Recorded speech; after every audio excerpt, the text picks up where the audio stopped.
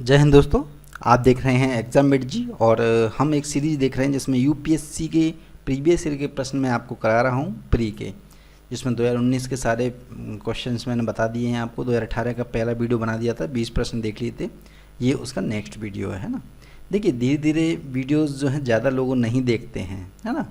ज़्यादा लोग क्यों नहीं देखते हैं? क्योंकि यूपीएससी उनसे बहुत दूर है।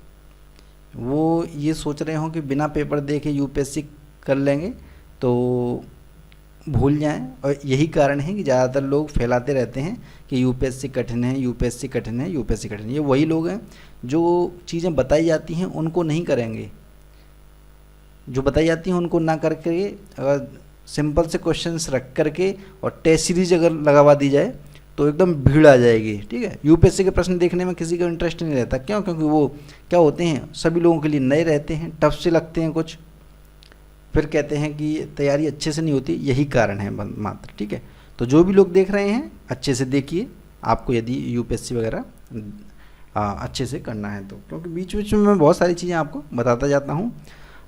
तैयारी जो है किस प्रकार से करनी है उससे रिलेटेड एक गाइडेंस देता जाता हूँ। आप भी मोटिवेट होकर तैयारी करने लग जाते हो, है ना। वैसे डिस्क्रिप्शन में या फिर कमेंट बॉक्स में मैंने सारे लिंक दे दिए हैं, चेक कर लीजिएगा आप।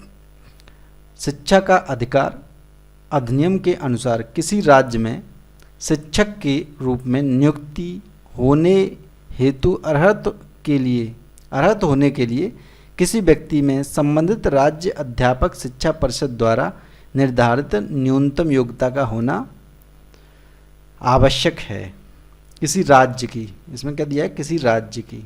ठीक है, दूसरा स्टेटमेंट है आरटीई अधिनियम के अनुसार प्राथमिक कक्षाओं में शिक्षण हेतु किसी अभ्यर्थी के लिए राष्ट्रीय अध्यापक शिक्षा परिषद के दिशा निर्देशों के अनुरूप मिल गए अध्यापक अर्हता परीक्षण में उत्तीर्ण होना आवश्यक है। तीसरा स्टेटमेंट है भारत में 90% से अधिक अध्यापक शिक्षा संस्थान प्रत्यक्ष रूप से राज्य सरकारों के अधीन हैं। तो आंसर इसका जो है वो बी है, बी यानी कि दूसरा, केवल दूसरा इसका सही है, बाकी के ये जो है गलत हैं। शिक्षा से संबंधित चीज़ें आप लोगों के लिए आ रही हैं, है ना। राष्ट्रीय शिक्षा नीति जो है 2020 आ गई है सामने। अब धीरे धीरे उसके कुछ मुद्दे आएंगे, डिबेट होंगे। आपको घबराना नहीं है, एक आध प्रश्न रहता है शिक्षा से संबंधित, लेकिन जैसे ये प्रश्न आया है तो ये सीधे सीधे आया है कहाँ से, योजना से। योजना में आया था उस साल की 2018 की में, और उसमें से इसी प्रकार से योजना आ जाएगी आपके सितंबर में आ जाएगी, है ना। या फिर हो सकता है अगस्त में तो नहीं आ पाएगी, क्योंकि अभी इतने लेख नहीं लिखे जाएंगे। जो सितंबर की होगी उसमें शिक्षा नीति से संबंधित चीज़ें आएंगी, उसी को पढ़ना है आपको, बाकी सब फालतूबाजी। और देखिएगा लोग भर भर के वीडियोस देखेंगे, भर भर के चीज़ें करेंगे, दिमाग में कचड़ा अपना भरमार कर लेंगे, जगह ही नहीं बचेगी। आने वाले समय में थक जाओगे। आप ये सोचोगे जब तक मैगजीन आएगी आपकी योजना, जब तक आएगी तब तक कहोगे यार शिक्षा का अधिकार तो हमने बहुत देख लिया, पढ़ लिया, अब क्या पढ़ेंगे। जब एक प्रश्न यहाँ से बनेंगे नहीं, प्रश्न बनेंगे वहाँ से, दूसरे प्रकार से धीरे धीरे बेसिक प्रश्न बनते हैं। ठीक है, तो थोड़ा सा आप धैर्य रखिएगा इसके लिए। नेक्स्ट प्रश्न है निम्नलिखित पर से विचार करना है। ये राज्य हैं और ये त्यौहार हैं। ठीक है, ये इधर वो डैश नहीं दे पाया है ना, मैं बता दूंगा आपको। चपचारकुट त्यौहार मिजोरम में है। मिजोरम में होता है क्या? खोंगजाम परवा गाथा गीत मणिपुर में होता है। थांगटा नृत्य जो है सिक्किम में होता है। तो कौन से इसमें सुमिलित हैं? 1 और 2 सुमिलित हैं। ठीक है, 1 और 2। देखिए इस प्रकार के जो प्रश्न बनते हैं वो करंट अफेयर्स से बनते हैं, और ये आपकी योजना हुई, कुरुक्षेत्र हुआ, जो पीछे की साइड में जो चीज़ें आती रहती हैं उनमें से ये करंट अफेयर्स में से बन जाते हैं। ठीक है, जो लोग जानते हैं वो नोट कर लेते हैं इन चीज़ों को, वरना लगे रहते हैं डेली नृत्य पढ़ने में। नृत्य पढ़ के हार जाएंगे, लेकिन यूपीएससी वाले प्रश्न कभी नहीं निकाल पाएंगे। यही होता है, योजना कुरुक्षेत्र नहीं पढ़ते हैं। निम्नलिखित कथनों पर विचार कीजिए। खाद्य सुरक्षा एवं मानक अधिनियम 2006 ने खाद्य अपमिश्रण की रोकथाम अधिनियम 1954 को प्रतिस्थापित किया। दूसरा स्टेटमेंट है भारतीय खाद्य सुरक्षा एवं मानक प्राधिकरण केंद्रीय स्वास्थ्य एवं परिवार कल्याण मंत्रालय में स्वास्थ्य सेवा महानिदेशक के प्रभार में है। ठीक है, तो देखिए इस प्रकार से प्रश्न भी बन जाते हैं। अधिनियम पूछ लिया जाएगा, ये अधिनियम किसके प्रभार में है, किसके अंतर्गत काम करना होता है, ये सब आते हैं। कहाँ पर आते हैं? योजना कुरुक्षेत्र में आते हैं, योजना में खासकर आते हैं। आंसर इसका पहला है। ठीक है, मेरा उद्देश्य केवल आपको आंसर बताना नहीं है, इसका आंसर क्या है या फिर अपनी योग्यता दर्शाना है। देखो मुझे ये आता है, ऐसे कर देते तो ऐसा हो जाता। ठीक है, वो तो मैंने ट्रिक्स वगैरह बता दी सारी चीज़ें। ये केवल प्रश्नों की प्रकृति दिखा रहा हूँ, जिससे आपके दिमाग में ये प्रश्न ऐसे जा सकें और उसी के अकॉर्डिंगली आप आने वाले टाइम में तैयारी अपनी कर सकें। कभी कभी समाचारों में उल्लिखित पद टू स्टेट सॉल्यूशन किसकी गतिविधियों के संदर्भ में आता है? टू स्टेट सॉल्यूशन इजराइल के संबंध में है ये। ठीक है, इजराइल फिलिस्तीन जो विवाद चलता रहता है, टू स्टेट सॉल्यूशन, अमेरिका भी इसमें इन्वॉल्व हो जाता है बीच बीच में, तो ये इजराइल से संबंधित है। अब ये क्या करना चाहिए आपको कि यहाँ के जो देश हैं उन देशों से संबंधित चीज़ें अक्सर आती रहती हैं चर्चाओं में। ठीक है, उनसे संबंधित आपको जानकारी रखनी चाहिए, ज्योग्राफिकल भी रखनी चाहिए, राजनीतिक भी रखनी चाहिए। कोई यदि हर साल एक सवाल आ रहा है, चाहे वो गोलन हाइट्स से हो, चाहे वो ज्योग्राफिकल पूछ लिया गया है अराल सागर और इन सब से पूछ लिया गया है, भूमध्य सागरीय क्षेत्रों से संबंधित प्रश्न पूछ लिए, चाहे वो इजराइल से डायरेक्ट ही देखिए इस प्रकार से आ गया। ठीक है, तो ये ध्यान में रखना है आपको। राष्ट्रीय खाद्य सुरक्षा अधिनियम 2013 के अधीन बनाए गए उपबंधों के संदर्भ में निम्नलिखित कथनों पर विचार कीजिए। अब प्रश्न पत्र जो है ये है आपका 2000 कितने का, 18 का, और अधिनियम 2013 से पूछ लिया। क्यों पूछ लिया? क्योंकि योजना के अंदर ये डायरेक्ट जो है खाद्य सुरक्षा से संबंधित चीज़ें आई थी। ठीक है, और इस वजह से ये पूछ डाला, डायरेक्ट बना दिए गए वहाँ से। ये केवल वे ही परिवार सहायता प्राप्त खाद्यान्न लेने की पात्रता रखते हैं जो गरीबी रेखा से नीचे की श्रेणी में आते हैं। एंड में स्क्रीन पर वीडियो आ जाएंगे आपको, जिसमें मैंने कुछ ट्रिक्स वगैरह बताई हुई हैं। उन ट्रिक्स से भी ऐसे प्रश्नों को बड़ी आसानी से हल कर सकते हैं आप। ठीक है, अभी मेरा उद्देश्य केवल आपको प्रकृति बताना है प्रश्नों की। दूसरा स्टेटमेंट है, परिवार में 18 वर्ष या उससे अधिक उम्र की सबसे अधिक उम्र वाली महिला ही राशन कार्ड निर्गत किए जाने के प्रयोजन से परिवार का मुखिया होंगे। तीसरा स्टेटमेंट है, गर्भवती महिलाएं एवं दुग्ध पिलाने वाली माताएं गर्भावस्था के दौरान और उसके 6 महीने बाद तक प्रतिदिन 1600 कैलोरी वाला राशन घर ले जाने की हकदार हैं। आंसर है इसका बी, यानी कि ये वाला सही है। प्रकृति देखिए किस प्रकार से बन रहे हैं। अब आप कहें कहाँ से पढ़ना पड़ेगा, कुछ नहीं पढ़ना, योजना पढ़िए, योजना और प्रश्नों की प्रकृति को समझिए, योजना को समझिए, योजना में से फिर नोट्स बनाइए। ऐसे प्रश्न बड़ी आसानी से आप हल कर सकते हैं। ऐसा लगेगा यार ये तो मैंने कल ही पढ़ा था, ऐसा लगेगा। ठीक है, बनाइए नोट्स।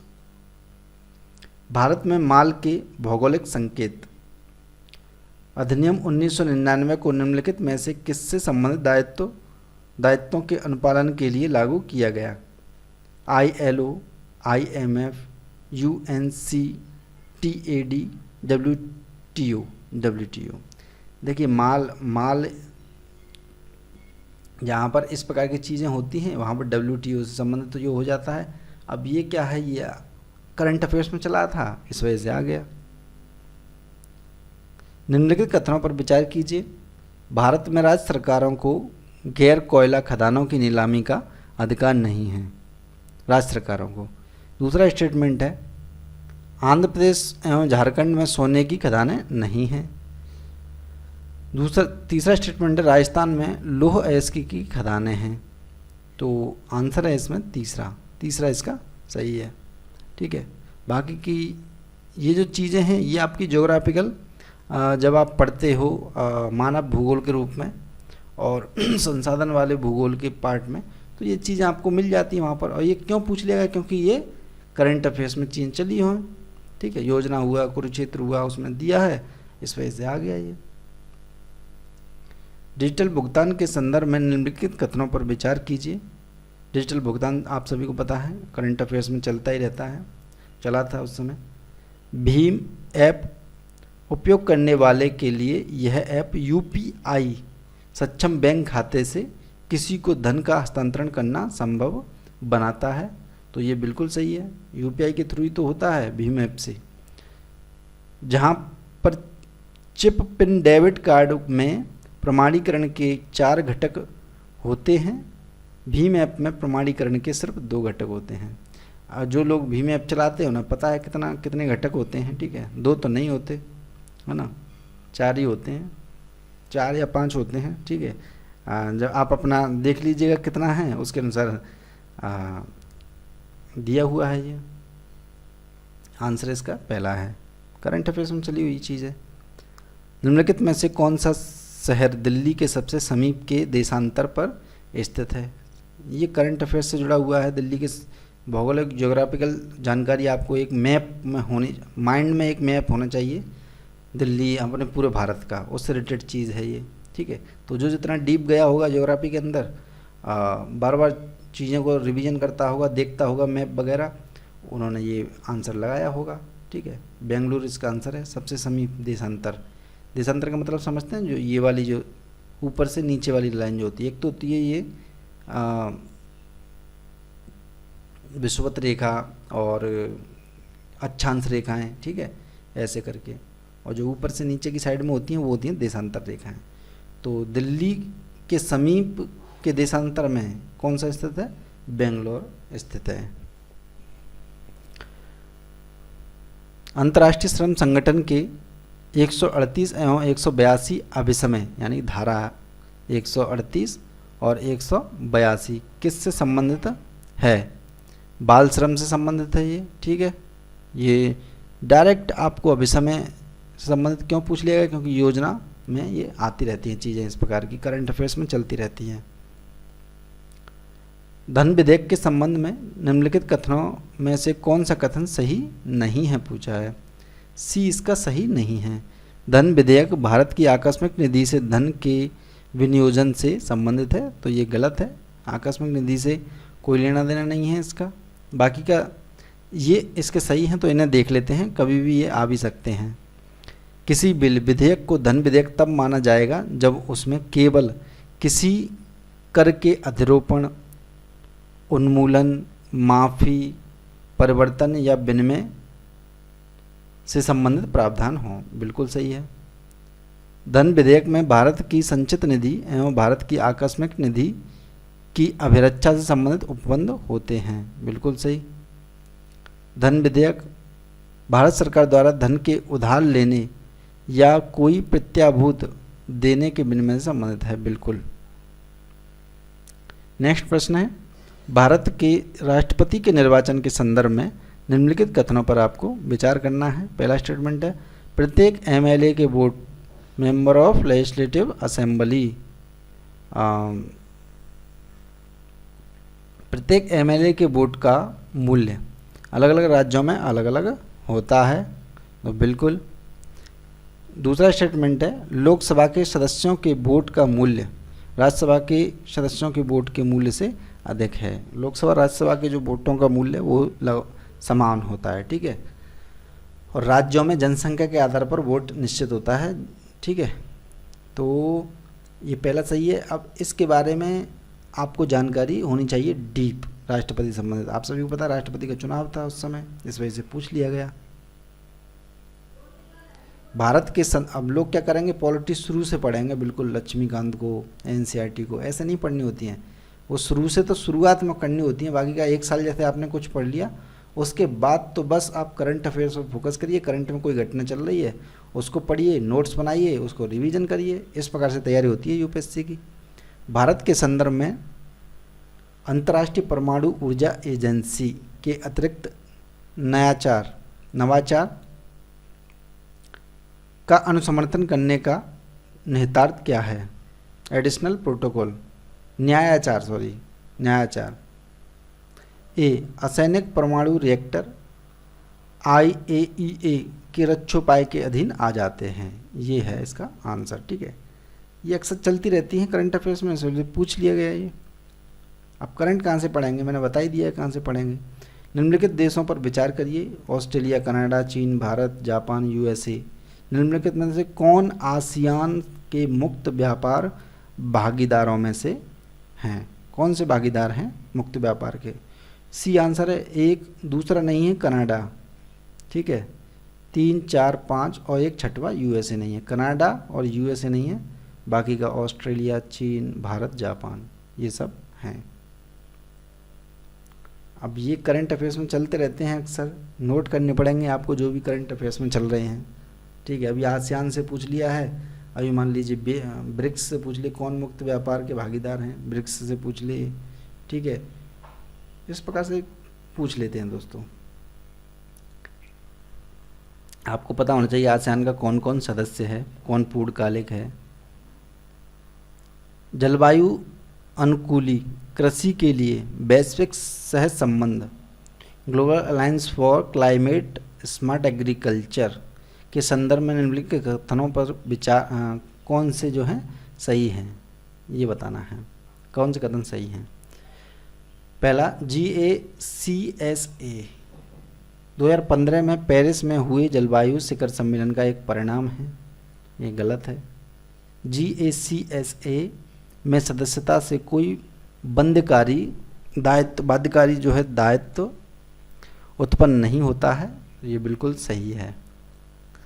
GACSA के निर्माण में भारत की साधक भूमिका थी, ये गलत है, भारत की भूमिका नहीं थी, साधक भूमिका, तो आंसर इसका बी है, ठीक है, दूसरा सही है। इस प्रकार के जो हैं करंट अफेयर्स से पूछे जाते हैं। करंट अफेयर्स कहाँ से पढ़ना है बताता ही जा रहा हूँ मैं। निम्नलिखित में से कौन सा या कौन से भारत सरकार के डिजिटल इंडिया योजना के उद्देश्य हैं? क्या उद्देश्य हैं भारत के? भारत की अपनी इंटरनेट कंपनियों का गठन, जैसा कि चीन ने किया। अब बताइए, इंटरनेट कंपनियों का गठन है क्या डिजिटल इंडिया का उद्देश्य? ऐसा तो कहीं पर आपने देखा भी नहीं होगा। एक नीतिगत ढांचे की स्थापना जिससे बड़े आंकड़े एकत्रित करने वाली समुद्र पारीय बहुराष्ट्रीय कंपनियों को प्रोत्साहित किया जा सके कि वे हमारी राष्ट्रीय भौगोलिक सीमाओं के अंदर अपने बड़े डेटा केंद्रों की स्थापना करें। ये भी एक तरह से क्या है, आप लोग समझ रहे होंगे इस चीज़ को, ठीक है। डिजिटल इंडिया का उस समय चला था, उस समय यदि आप होते तो चीज़ों को पढ़ते तो ज़्यादा बेहतर ढंग से समझ में आती। आज भी आपको समझ में आनी चाहिए। हमारे अनेक गांवों को इंटरनेट से जोड़ना तथा हमारे बहुत से विश्वविद्यालयों, सार्वजनिक स्थलों एवं प्रमुख पर्यटन केंद्रों को में वाईफाई लाना, तो ये इसका उद्देश्य है। तीसरा स्टेटमेंट जो है सही है, तो आंसर हो गया बी। करंट अफेयर्स से है डायरेक्ट। निम्नलिखित युग्मों पर विचार कीजिए। कभी कभी समाचार देशों में उल्लेखित शहर, ये यहाँ पर डैश नहीं लगा है। अलेप्पो जो शहर है, ये शहर का नाम है, ये सीरिया में है क्या? किरकुक शहर यमन में है क्या? मोसूल फ़िलिस्तीन में है क्या? मज़ार शरीफ अफ़गानिस्तान में है क्या? तो आंसर इसका क्या है? 1 और 4, ये वाला और ये वाला, बाकी के ये 2 गलत हैं, ठीक है। अब इसके लिए मैंने पहले बताया था आपको क्या करना। मध्य एशिया जो है, जो मिडिल ईस्ट, ठीक है, मिडिल ईस्ट जैसे बोला जाता है, उस क्षेत्र पर पूरी तरह से मेडिटेरियन सी से पश्चिम में जो शहर हैं उनके बारे में पूरी जानकारी आपको इस समय होनी चाहिए, क्योंकि ज्वलंत मुद्दे वहाँ पर बने रहते हैं। इस वजह से भारतीय शासन अधिनियम 1935 के द्वारा स्थापित संघ में अवशिष्ट शक्तियाँ किसे दी गई हैं? 1935 द्वारा किसे दी गई हैं? गवर्नर जनरल को दी गई हैं, ठीक है। सिंपल सा प्रश्न है, लेकिन नोट करोगे, पढ़ोगे, बार बार रिवीजन करोगे, तब चीज़ें याद रहेंगी। निम्नलिखित कथनों पर विचार कीजिए।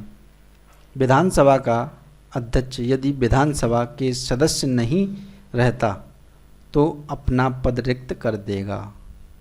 बिल्कुल नहीं, बिल्कुल कर देगा।